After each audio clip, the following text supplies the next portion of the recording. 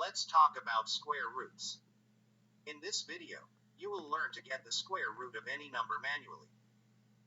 What if somebody asked, what is the square root of 425?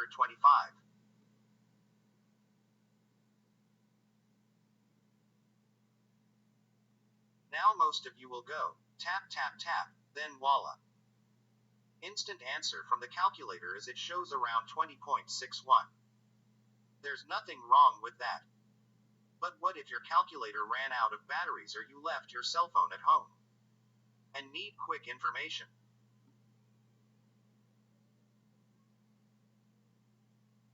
I will be showing you two methods. First in the list is called the Nitty-Gritty Method, while the other one is pre-calculus, the easier way. The first one, though tedious, is more accurate by 2 to 3 or even 4 significant digits. However, it does fail at some point as it fall under asymptotic regions in computation.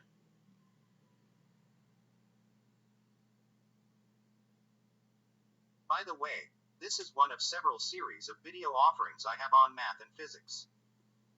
If you're a student finding difficulty on the subject, you can check out my channel. Who knows? It might take away the misery and the mysteries away. All you got to do is go to YouTube. Click the magnifying glass or search button, then type XG coefficient. A list of videos will show up, however you would still need to click on the XG encircled logo. There you have it. All of my videos arranged in a playlist at your fingertips. So, without further ado, let's jump into the topic.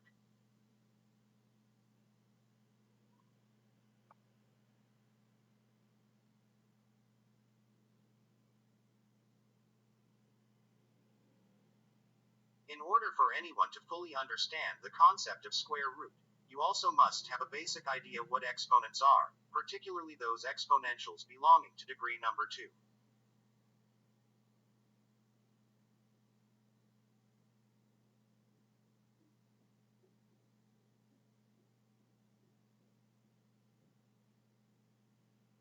Let us define exponents. According to Oxford Languages, an exponent is a quantity representing the power to which a given number or expression is to be raised, usually expressed as a raised symbol beside the number being increased.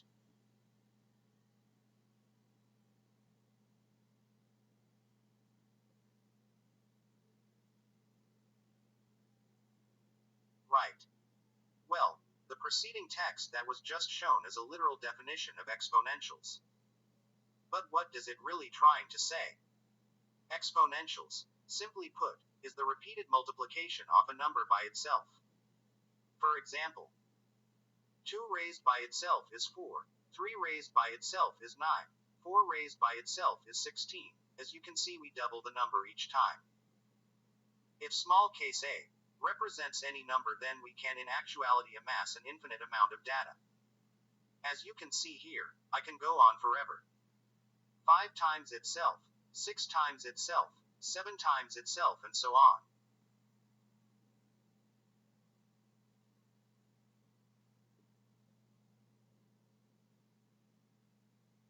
At this point, let me emphasize that math is all about control. Just like driving a car forward, and knowing how to go reverse when needed.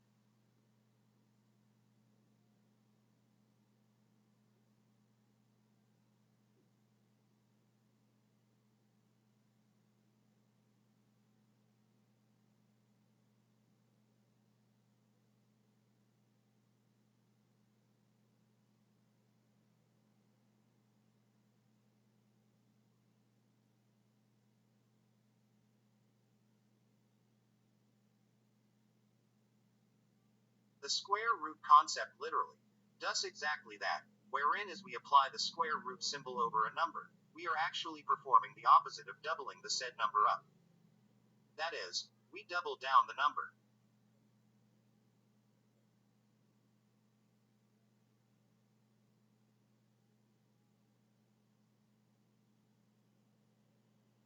Another way of looking at square roots would be dissecting a number into 2 identical entities or multiplier. Thus, every time we use the square root, imagine a number being split into twins or 2 original numbers. Probably the reason why it's called roots since it originated from the same number. Example, the number 100 originated from a pair of 10.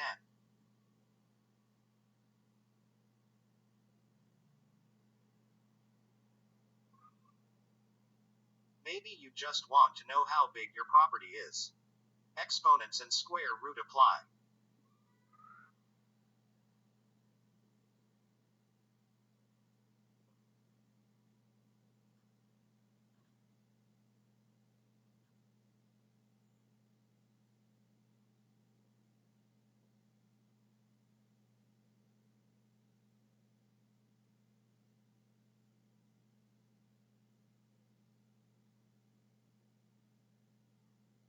Before we proceed with the long method, I may need you to remember 5 pointers in order to properly solve for square roots. The procedure is akin to the division process.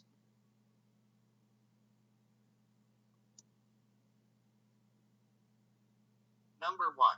Square roots has no fixed divisors and no fixed multiplier going up or down as we perform the division process. For example, in normal division, we will always see a fixed divisor on the left of the dividend, as we divide 12 by 5 getting 2 as the partial quotient. Going down, we use the same number which is 5 as the multiplier, repeating the process until we get to the final answer. On the contrary, square roots has no fixed divisor but multiple variable or ever-changing divisors, thus, increase the difficulty especially to young learners. You may find a 2-digit divisor on the first operation, then a 3 or even 4 digits on succeeding steps. Notice the constant addition of pairs of zeros after the decimal point in the format. The key here will be the number 20. There's something magical about 20 when it comes to square roots.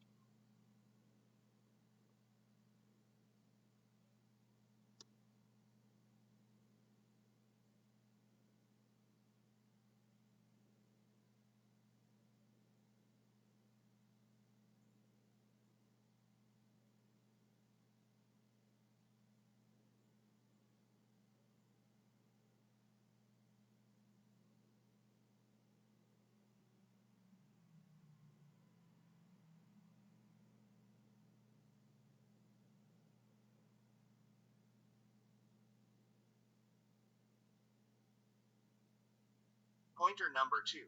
Knowing where to demarcate the radicand. Partitioning is a very important skill to learn and crucial in finding the correct answer.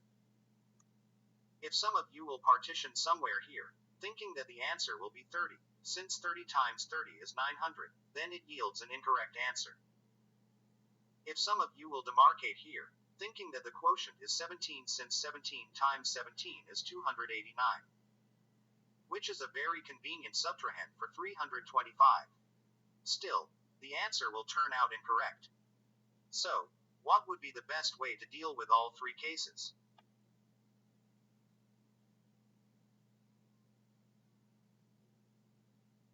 All you had to do was read the note flashed on your screen and demarcate the last 2 digits. Because, more likely than not, the digits in front of it is the main root derivable whole number. Next, we go to the basics. The idea is to find the nearest perfect root as the quotient and the search for the solution ends. Example given was 49. However, for non-perfect square radicands like 78, the nearest perfect root, and a convenient subtrahend, as well, is 64. Thus, we write 8 as the quotient, since 8 times 8 is 64, giving you a difference of 14.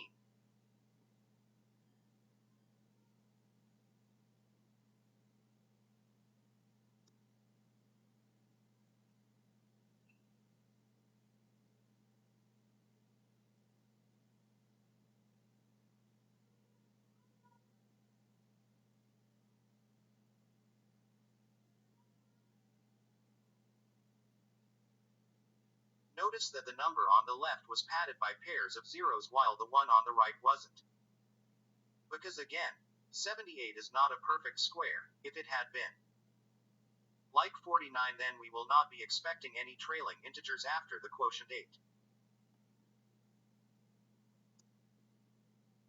Let's move on to pointer number 3. This is the most important rule because this is where you will find your divisor and multiplier. And since they are always changing, this part represents the most challenging phase in solving square roots. Pointer number 3. The new dividend's divisor will be the current entire quotient recently found, times the number 20. This new divisor is called 20's child. However, its corresponding multiplier will be the product of the 20's child plus the newly found single digit. The multiplier will then be multiplied again with the same newly found single digit. The pattern repeats.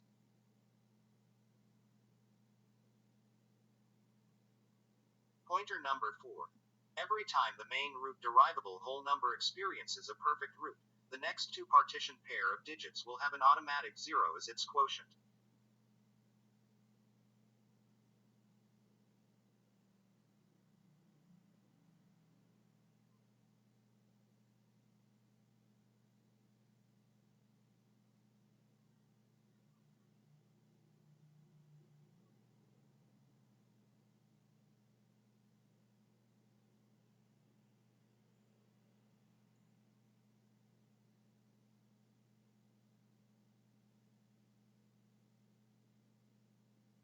And lastly, always check your answer by multiplying the number to itself. The illustration shows twins, accurately depicting the exponential concept.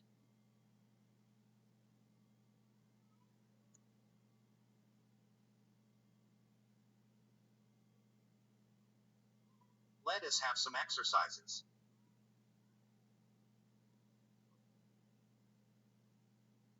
The nearest perfect root to 78 is 64, so we write down 8. Since 8 times 8 is 64, 64 acts as a subtrahend giving us 14. Next, are we expecting trailing zeros? Yes, we are. Why? Because heads up 2b says so. Do you remember this rule? After that, we bring down the two zeros.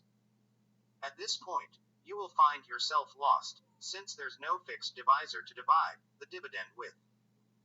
Beside the fact that 1400 is getting lonely, here is where number 20 comes to the rescue. We write 20 beside the new quotient 1400, then we multiply the current entire quotient, which is 8, at the moment, by 20.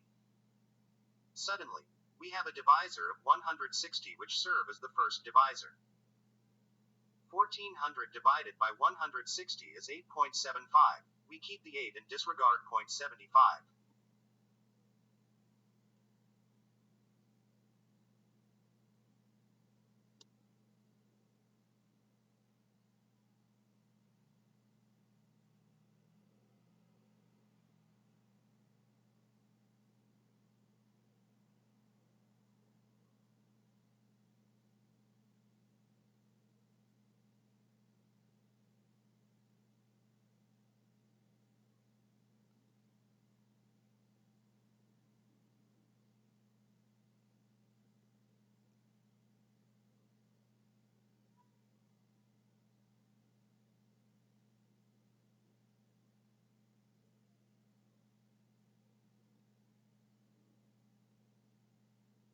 Going down, the usual division process involved multiplying 8 by 160.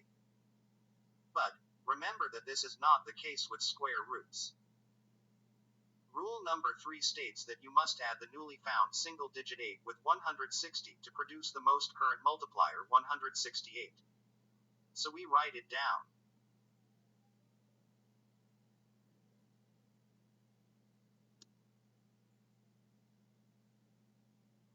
Multiplying the newly found single-digit quotient, which is 8, with 168 gives us 1344. Everything that follows next become mechanical. You may verify with a calculator if you wish. Observe.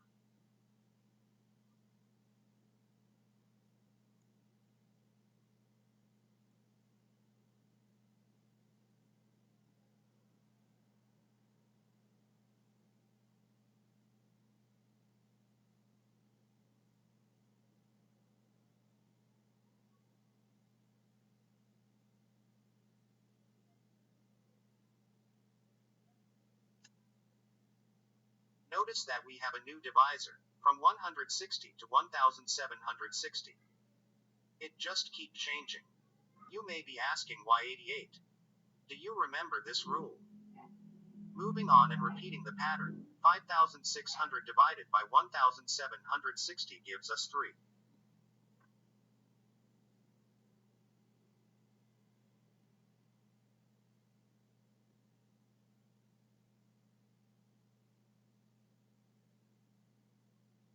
Adding 3 to the multiplier gives us a more current multiplier, 1,763.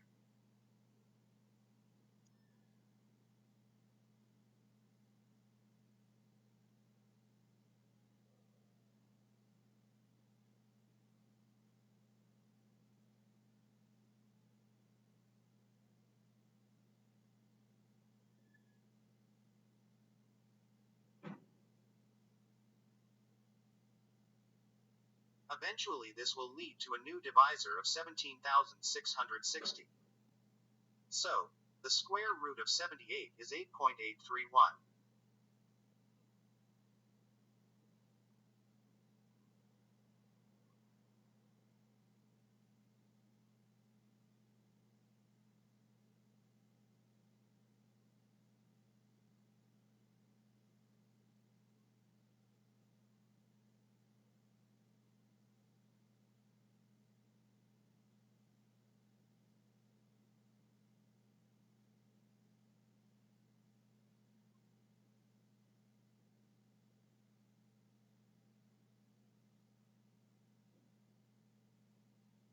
This time I will be solving for 3-digit radicands. Now while I'm doing the math, see if you can identify the different rules involved in carrying out each step to solve the square root of 425.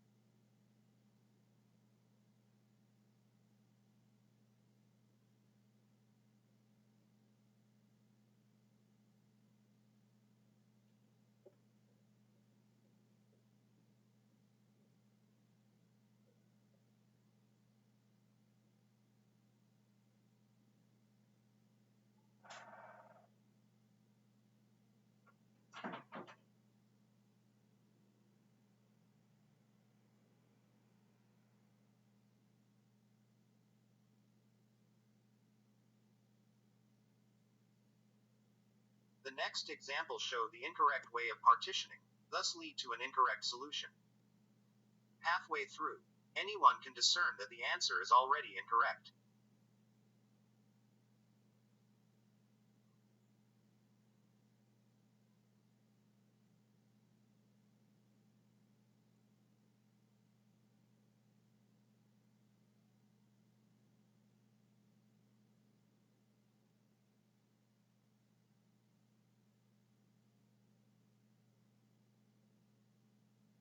Where do we frequently encounter roots and its archenemy? Exponentials. And how important are they in real life?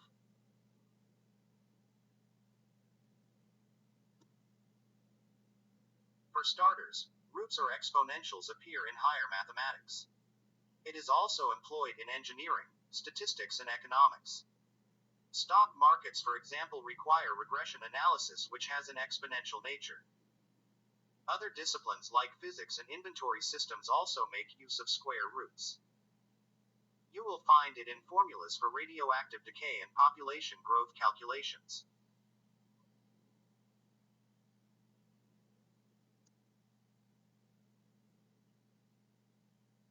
The pre-calculus method. Ladies and gentlemen, I present to you the ABCs of square roots. These two formulas are easy to remember, and when used in conjunction, with the nitty-gritty method will aid students verify the accuracy of their calculations, per digit as they appear per se. When solving for square roots using these two formulas, learners must be able to recreate a table of perfect squares, which are extremely easy. Since you only need to square, or exponentiate with two consecutive counting numbers.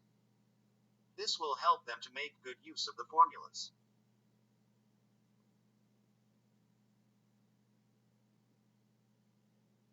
All you have to do is place the table's title, create a column for the roots. Square it, then create a column for the perfect numbers. Voila! There you have it. You can even make one in your head. No sweat, isn't it right?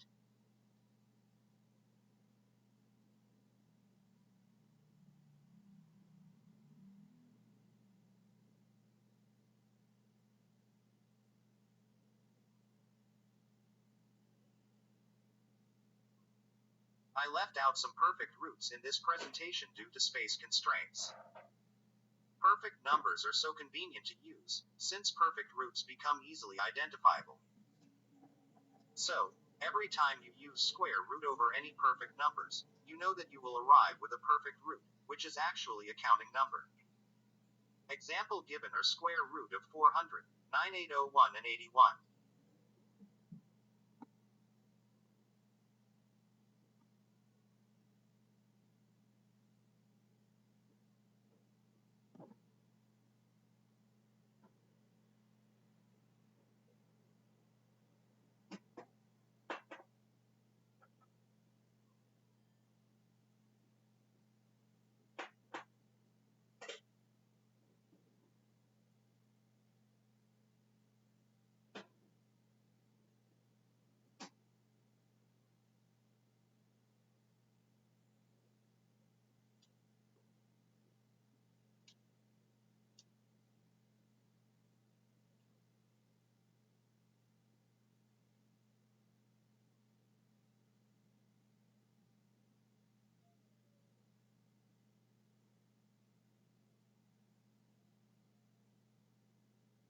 Now, how about numbers in between that does not fall under perfect numbers? Let's say square root of the number 11 or 12 or even 15. In these cases, we turn to the formulas.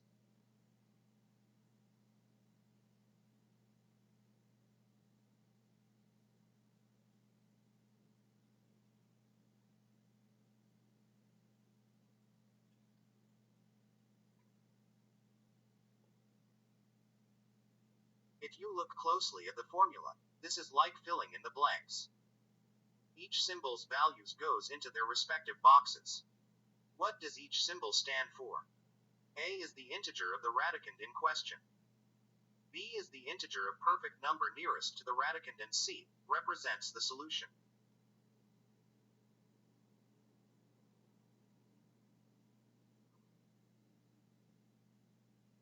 Suppose you wanted to find the square root of 3, and while referring to the table, you notice that 3 is not a perfect number somewhere here.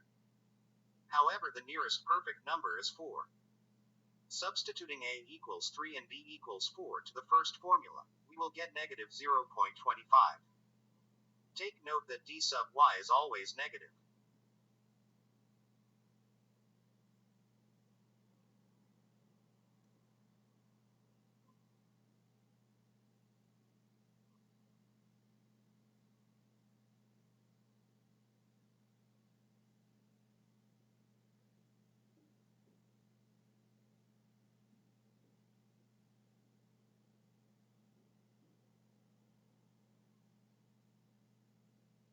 Then, by filling in the values negative 0.25 and 4 in the second formula, we get 1.75 as the answer. Checking our work by multiplying 1.75 by itself, we get 3. The correct answer.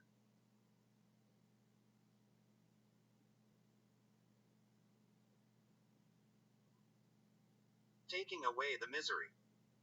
If one would look closely on the operation, numbers in the formula are actually very familiar integers when shown in their simplified form.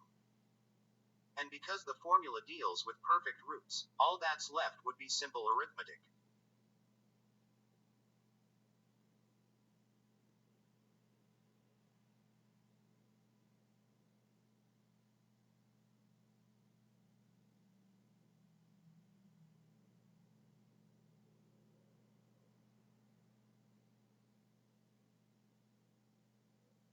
Another example. What is the square root of 88? Again, we refer to the table and see that the number isn't a perfect number. We get the nearest perfect one, which is 100. Substitute values for a and b, perform the operations, and eventually arrive at 9.4.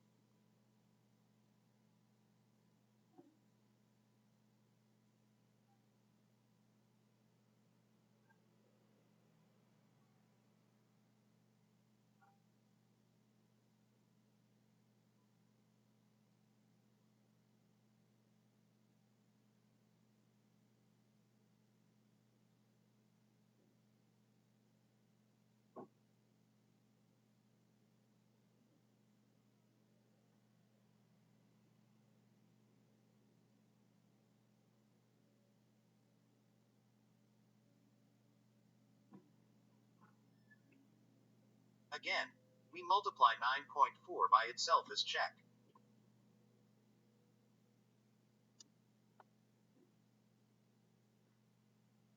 Another example. What is the square root of 365? Again, we refer to the table. We get the nearest perfect number. Substitute values to a and b. The solution being 19.125.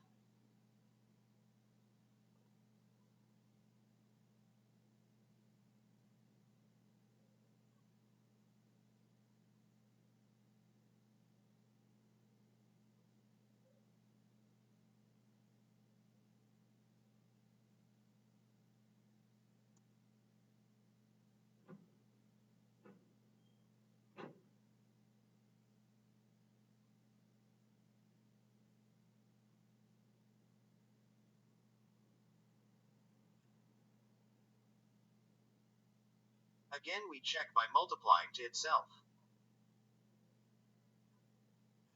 Thank you for watching. Please hit the subscribe button if you feel my content has any value at all. And see y'all later.